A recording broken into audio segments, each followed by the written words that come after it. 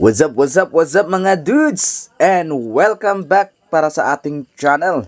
At sa lahat po nang hindi pa nakakapag-subscribe kay Dudes Pero TV, subscribe na po mga idol. At syempre, ang adventure natin ito ay pupunta tayo sa Port Barton, kung saan doon natin gagawin ang ating panibagong adventure. Kasama si Dudes Dongdong at of course si Kuya Jake Adventure. 2 hours later. What's up mga dudes? Okay, nandito na tayo sa Ruas, Palawan just to meet our friend na sasama sa Port Barton. Walang iba kundi si Kuya Jake Adventure. So magmi-meet kami doon sa may Caltex area. Ayun guys, natawagan ko na mga dudes kung saan si Jake dyan daw lalabas. Antayin natin.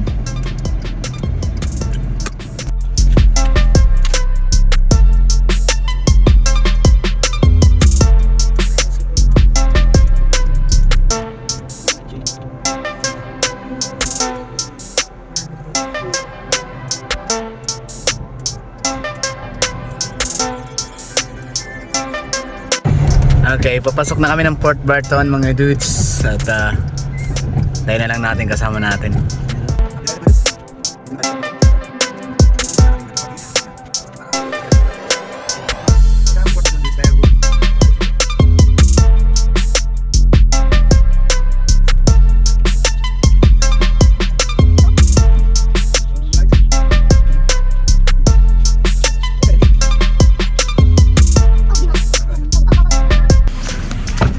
Dito na tayo. Hanapin muna natin si Panganiban. Unload muna tayo ng gamit. Ayan. Mag-overnight kasi tayo sa island. Ay, diba? Yung mga gamit ng mga batang Espero ni Dudes Pero TV. Siyempre kasama si Kuya Jake. Kuya Jake, kulab ulit tayo.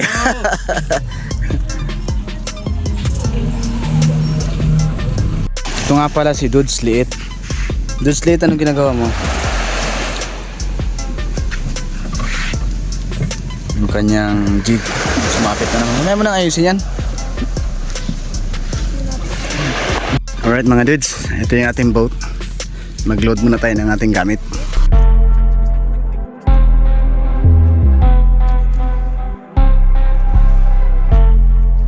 Let's go sa go!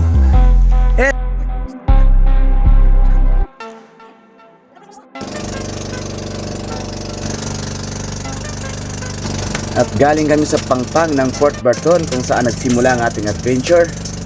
Tayo ay magbabangka gamit ang bangka ni Kuya Fredo. Salamat sa pagpapagamit Kuya Fredo. At syempre, ito ang ating nilakbay. Nagmula kami doon mismo sa Port Barton mainland. Tapos dire-diretso kami papunta doon sa tinatawag na Catalat Island. Ang Catalat Island ay nandun na sa part ng halos open sea na yan mga dudes. Dito mismo sa pinilugan ko na yan. Diyan mismo kami natulog. At dahil gabi na nga kami nakarating, kinabukasan na kami nag-video. Good morning mga idol, and welcome back to my channel. Okay, isang napakagandang sunrise po ang ating natutunghayan ngayon. Nandito po tayo sa island ng Catalat dito sa may Port Barton. At syempre, as usual, we are going to have another vlog here in Catalat Island. So dito kami natulog. Time check natin yung relo ko. Dito. Ang oras natin ay alas 6 ng umaga. So together with Dudes Dongdong and Kuya Jake Adventure nandun sa bangka. So mamamana na kami ngayon. Mas maganda kasi maaga. Okay, let's go. Samahan niyo po kami. Let's go mga dudes. What's up? Kuya Jake Adventure is there. Dudes Late is there. Hello, Dudes Late. Nag-BG ka. Okay, let's go.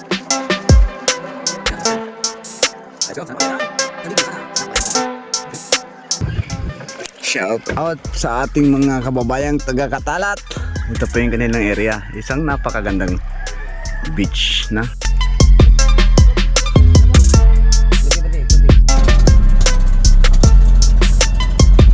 Let's go.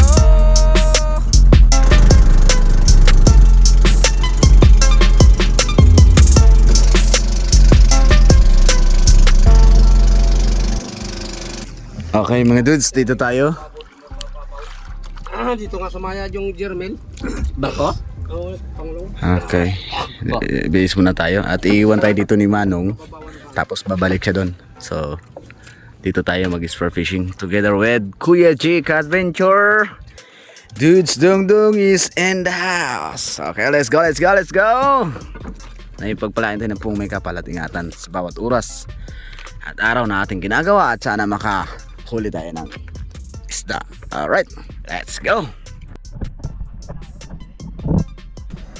Alright, syempre first dive natin dito sa Katalat Island. Kasama si Kuya Frido, kasama si Dudes Dungdung at of course si Kuya Jake Adventure. Syempre pag bago pa lang tayo sa area ay kailangan natin munang magmasid kasi hindi natin kabisado at ito nga. Medyo okay yung visibility ng tubig natin at ang problema ay talagang nagsimula tayo sa malalim. Dito kailangan natin ng disiplina sa sarili kasi unang-una malalim ang area at hindi natin kabisado. Time check natin is 6:21. Pagkatapos ng mga ilang minutong iikot-ikot at pagmamasid, syempre bumaba agad tayo. Nakapag-exercise na rin tayo ng ating lungs. Yan ang pinaka-importante sa lahat mga dudes. Huwag mong bibiglayin yung sarili mo sa mga malalim na area nagkagaya nito. Syempre sa unang dive, magmasid muna tayo kung ano makikita natin. Ayan. May mga isda naman pero walang bit at hindi masyadong active yung mga isda ngayon kasi siguro is maaga pa talaga masyado. Kaya tingin-tingin lang ako sa taas, sa ibaba at wala. Kapag wala kang nakita mga dudes ay siyempre balik muna tayo sa taas at magsagawa ulit ng pagsisid. Ang kagandahan lang dito ay kapag nasa taas ka nakikita mo agad yung nasa baba kagaya nito. May nakita ako ditong Spanish flag snapper. So unang pagpana natin ito kailangan mahuli natin. Kasi kapag hindi natin tinamaan baka maghapon tayong walang tamaan. Ayan. Ayan kung napapansin nyo naghahanap ng pagkain itong Spanish flag snapper. Ito ang ating isda. Yun. Tinamaan naman at masaya kasi unang tira sa agad at na-secure natin yung isda.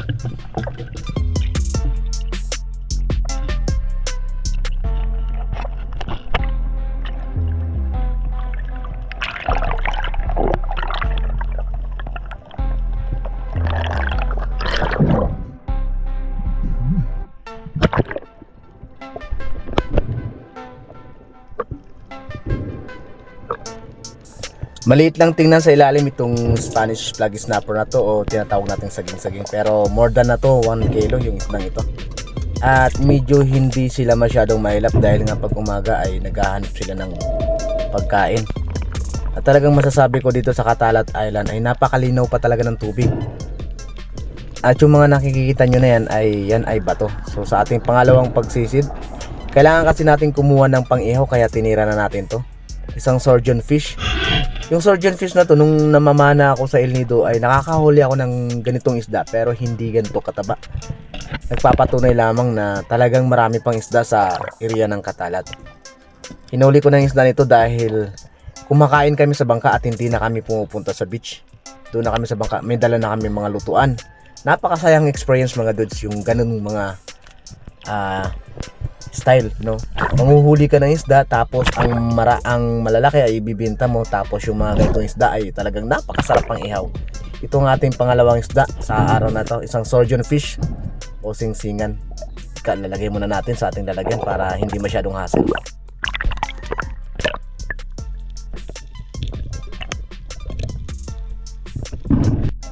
At dahil nga medyo malalim, kailangan magpahinga muna tayo ng medyo matagal-tagal sa surface tapos bago natin isagawa ang pagsisid. Dito sa pagkakataon ito nakakita kagad ako ng isang coral trout grouper sa unahan. Pero bago ko pinapana ay naghahanap muna ako ng iba na pwedeng matira na mas malaki kasi nga nandito ka na sa ilalim, kailangan makapagpili ka kasi mahirap yung pabalik-balik. So tumitingin muna ako sa mga kaliwat kanan dyan. Nung mapansin ko na wala namang masyadong lumalapit na malalaking isda ay napilitan akong kapangin ang coral trout grouper.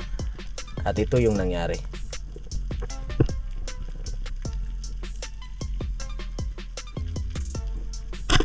Ayun, tinamaan naman natin mga dudes yung coral trout grouper, pero ang problema dahil sa lakas ng ating spear gun ay tumagos siya sa monoline, kaya naikot niya yung ating monoline sa bato. Kadahilanan na kailangan nating balikan, at ito yung pinaka nakakainis sa lahat. Nung nag-hold ka na ng breath mo ng ganung katagal sa ilalim tapos kailangan mo pa talagang bumalik. Dito mga dudes, payo ko lang ay kailangan nating magkaroon ng disiplina. Hindi natin kagad babalikan yung isda kasi nga medyo malalim na rin ito. Nasa 16 meters na ito. Mababaw lang siya tingnan pero malalim talaga to. Yun nga, pagkatapos ng 2 minutong pagpapahinga at kumuha ng ating oxygen, binalikan na natin yung ating nahuling coral trout at sinabit sa ilalim. Kailangan lang natin mag-ingat upang hindi tayo matanggal ng ating monoline. Siyempre ang una nating hahawakan dyan yung ating monoline para iwas na rin sa pagkatanggal nito. At ayun, hindi naman tayo nahirapan na i-secure naman agad natin yung ating isda.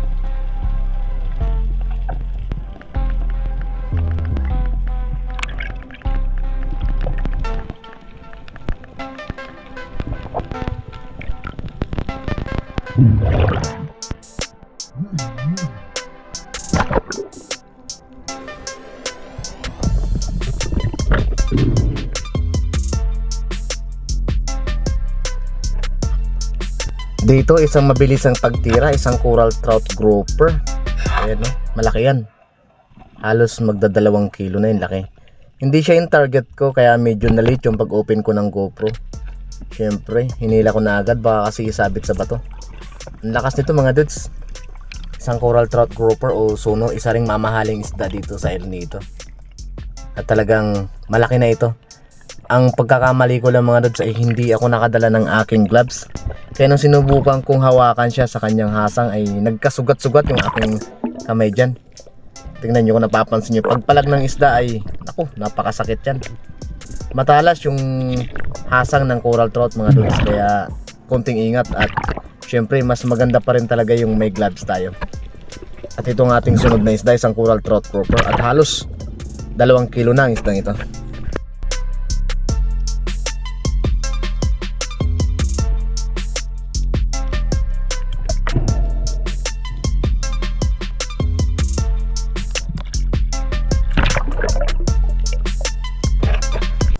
At ayun, pagkatapos nga nang mai-secure natin ang ating coral trout grouper, ay may nakita akong isang napakalaking unicorn fish sa baba. Yung isdang ito ay territorial, so may ilap siya. Ang ginawa ko ay inabangan ko na lang siya at hinanap ko yung kanyang butas. Doon ko na lang siya inabangan dahil alam ko papasok at papasok ito siya. Ganito ang ginawa ko mga dudes, nakatutok na ang aking spear gun sa kanyang butas at ayun, isang napakagandang pera. Tinamaan mga dudes. Halos buntot na lang yung kanyang nakikita kong pag-asa na tatamaan siya, at hindi nga tayo nagkamali sa ating tansya. Nahuli natin ang isang napakasarap iihaw, ang isdang may sungay sa noo, walang iba kundi ang unicorn fish. Isang isda na kapag inihaw mo ay talagang mapapawaw ka sa sarap. Isinagawa ko ang isang diretsahang pagtira dahil nga wala tayong dalang flashlight, at alam naman natin kapag nakasuot na to sa bato ay hindi mo na agad ito makikitang lumabas pa. Dahil nga napansin nila na mayroong panganib sa kanila. Kaya ayun, isang napakagandang tira at nahuli natin ang surahan o unicorn fish.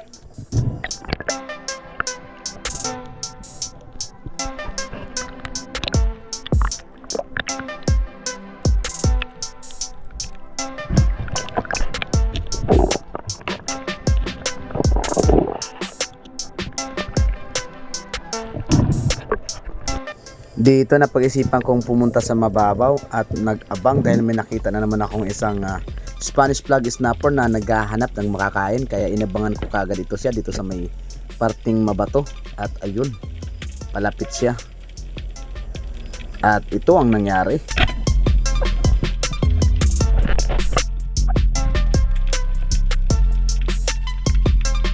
Isa na namang good size na Spanish flag snapper or saging-saging ang ating nahuli sa araw na to.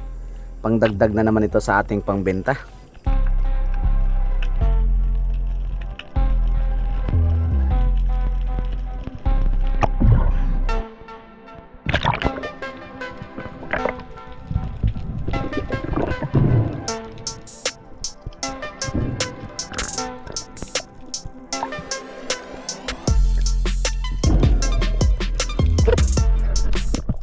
At alam niyo ba mga dudes, kung bakit tinawag na Spanish flag snapper ang isdang ito? Dahil mismo sa kulay niya, dahil ang kulay ng watawat ng Espanya ay halos kakulay ng isdang ito.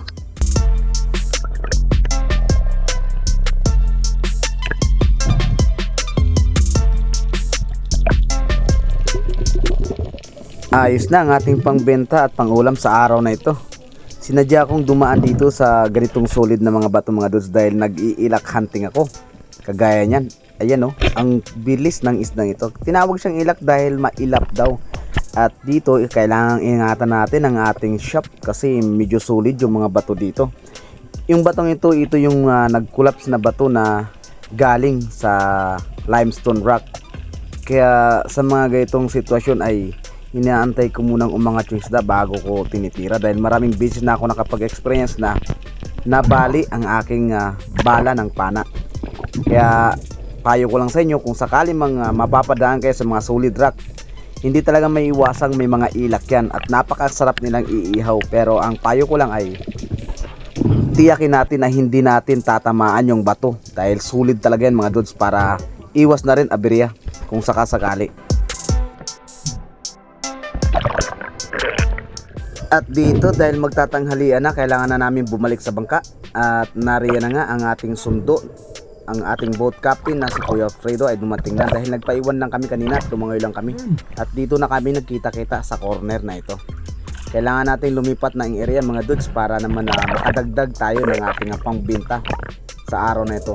Nagsimula kami ng halos alas 6 ng umaga at ito ay nasa alas 10 na ng umaga rin at kailangan namin lumipat sa ibang area para sakaling makadagdag pa tayo ng ating isda sa araw na ito.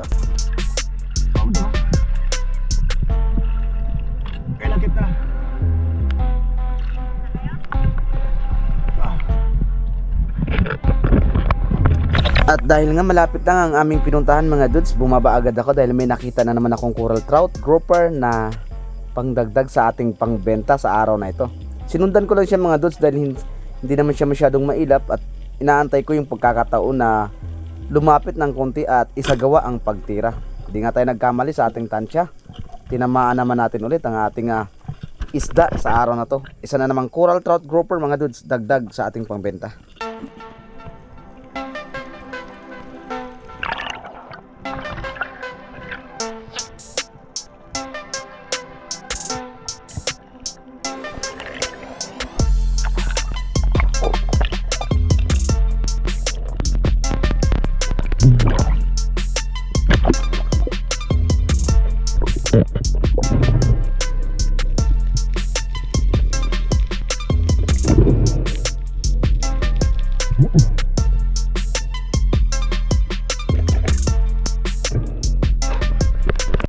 Isang coral trout grouper ulit o lapo-lapo o suno kung tawagin ang ating isda. Dito may nakita akong sturgeon fish dahil tanghali na. Kailangan natin kumuha ng isdang iihawin at pang-ulam sa ating bangka. Kaya hindi ko na pinalagpas ang pagkakataong ito. Kinuha ko na ang ating susunod na isda. Walang iba kundi ang sturgeon fish na mataba.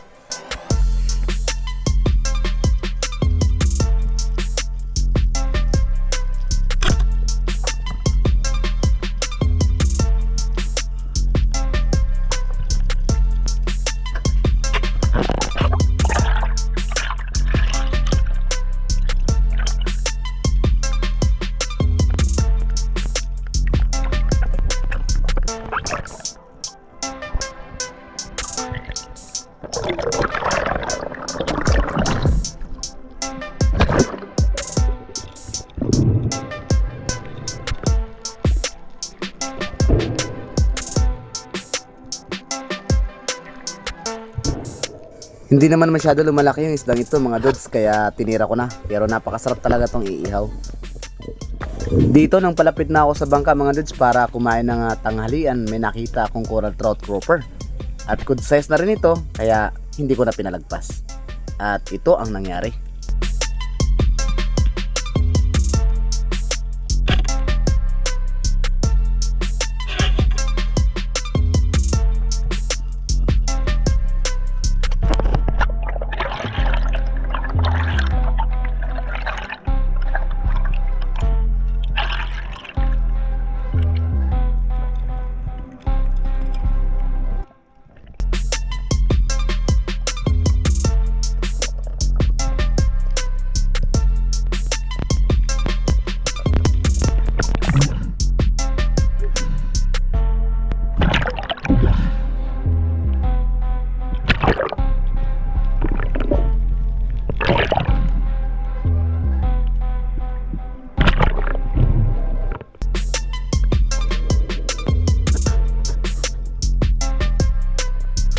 At dito, dahil tanghali na mga dudes, kailangan na natin kumain. Ito ang ating wag nating kakalimutan. Dahil kahit nag-i-enjoy tayo sa dagat ay alalahan din natin na ginugutom din tayo. Kaya wag natin kalilimutan kumain ng ating tanghalian para mamaya pag sumabak ulit sa ating adventure ay talagang naibalik ang ating energy na na-lost simula nung alas 6 hanggang alas 12 ng tanghali. Kaya ito na, kainan na tayo mga dudes. Walang alon.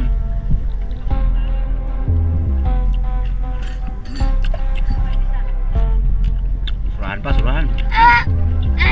Kami mo sariwa. Dito kami sa laot nagkain. Mansot pa. Gutom na, tanghali na rin.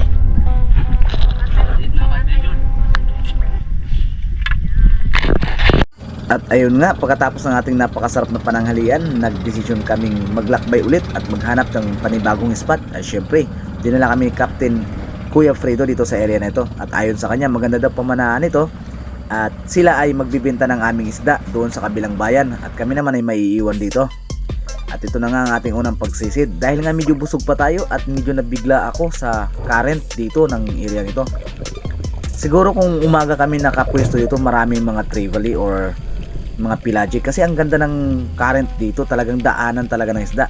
Dahil nga tanghalian na, mga alauna pa lang, kaya ito lang ang aming nakita.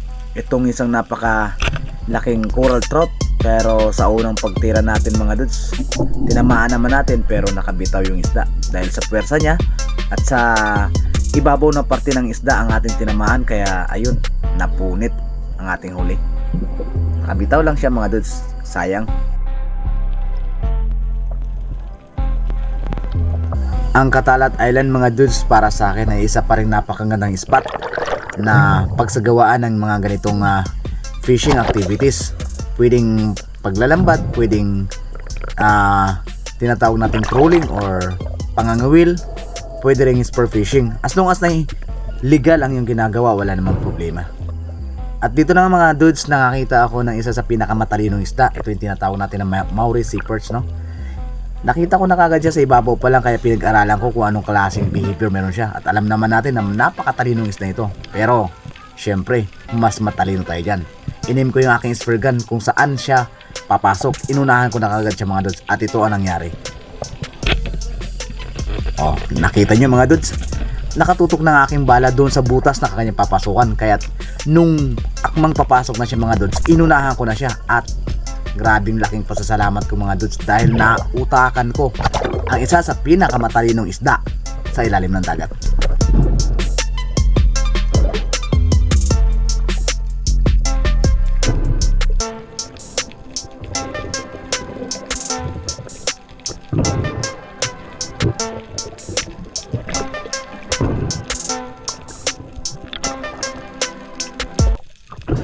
At ayan mga dudes, kung napapansin nyo, yung tama ng ating huling isda ay nasa part lang ng kanyang buntot. Kasi nga, papasok na siya sa butas nung tinamaan natin.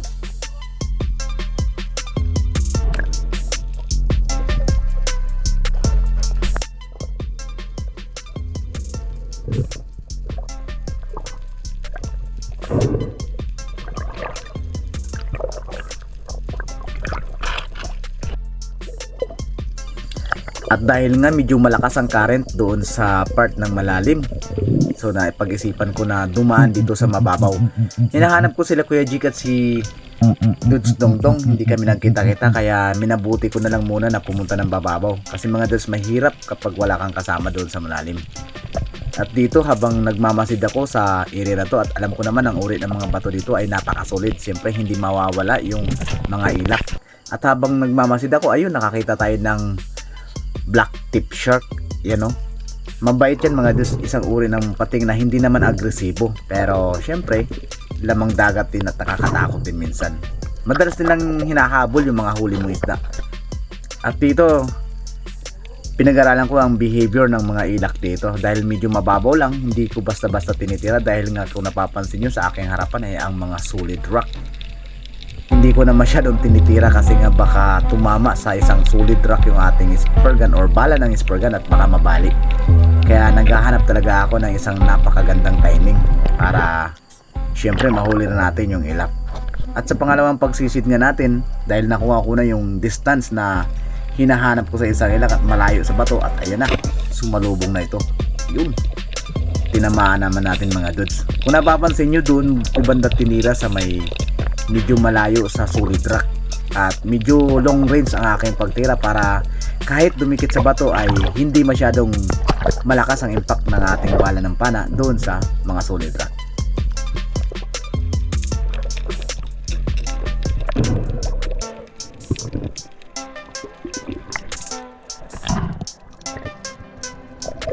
Ilak kung tawagin ito sa amin, at ang English nito ay drumfish.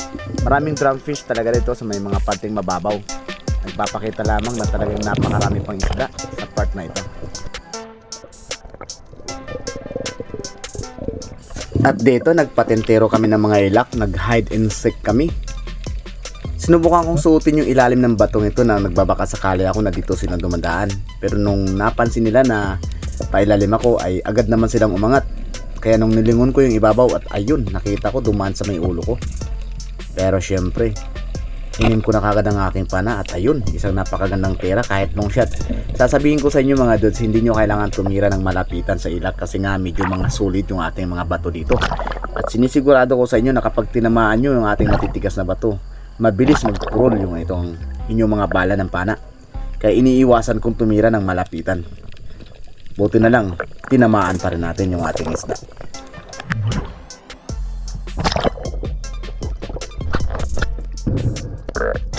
At dahil medyo hapon na ay kailangan nating maghanap ng ating pangbenta sa araw na ito.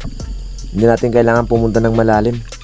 Dito kapag napagod ka kayang-kaya nating tumayo sa bato. At dito nga medyo natagalan akong huntingin ng isang ilak. Pero sa bandang kanan ko ay meron dong vermilion snapper. Sa pilitan ko na lang kinuha yung vermilion snapper dahil napakasarap nitong iihaw.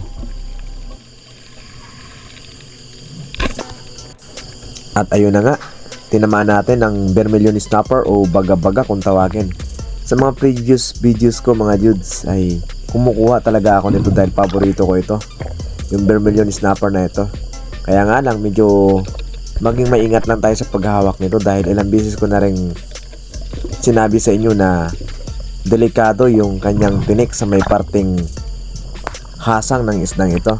Kaya ang ginagawa ko ay tinitiyak ko muna na patayin yung isda bago ko hawakan sa may parte ng ulo. Dahil nakakatakot talaga mga Dudes, ilang beses na ako natinik niyan at napakasakit niyan. Eto kung nakikita nyo, patay ng isda at ganito ko hinawakan. Ayan yung tinik na yan. Yan yung isa sa delikado. Yan yung kanilang panlaban. Kaya mas maganda na patayin mo muna yung isda bago mo hawakan sa may parting ulo. Para safe.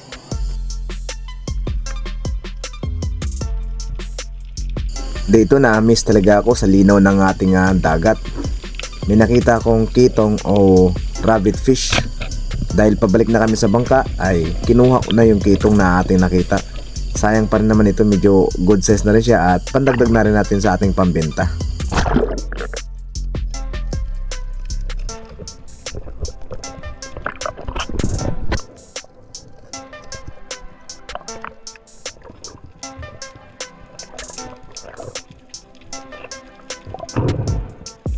Itong kitong ay isa rin sa mga uri ng isda na may venom, kaya iingatan din natin ang ating kamay na huwag matinik ng isdang ito. Dito sa part na ito ay may napansin akong mga Maurice Seaperch sa unahan. Hindi ko na nabidyohan kasi ang bilis ng pangyayari. Alam niyo naman yung Maurice Seaperch ay isang territorial na isda. Kapag nakita ka at akmang papanain mo ay pumapasok sila sa mga butas. Ang kaibahan nga lang mga dudes ay hindi tayo nakapagdala ng ating flashlight, kaya sayang hindi natin nakita o nahuli yung Maurice Seaperch o kanglay kung tawagin. Kung i-estimating ko siguro yun na sobra na 5 kilo isda ito. At ayun, dahil umakyat na kami sa bangka, ito yung ating inihaw na vermilion snapper. Pauwi na kami ni Dudes sa aming pupuntahan, sa pangalawang area namin pupuntahan, kung saan ay doon kami matutulog. Pero nagpaihaw kagad ako kay Captain Kuya Fredo para syempre maghapon yung ating spear fishing ay talagang nakakagutom. At syempre lalantakan natin yung ating mga inihaw na isda. Sariwang sariwa po yan mga Dudes, at talagang napakasarap. Nag-i-enjoy nga si Dudes Liit, kaya nilantakan talaga namin dalawa yung isda habang kami ay papunta sa area kung saan kami ay matutulog.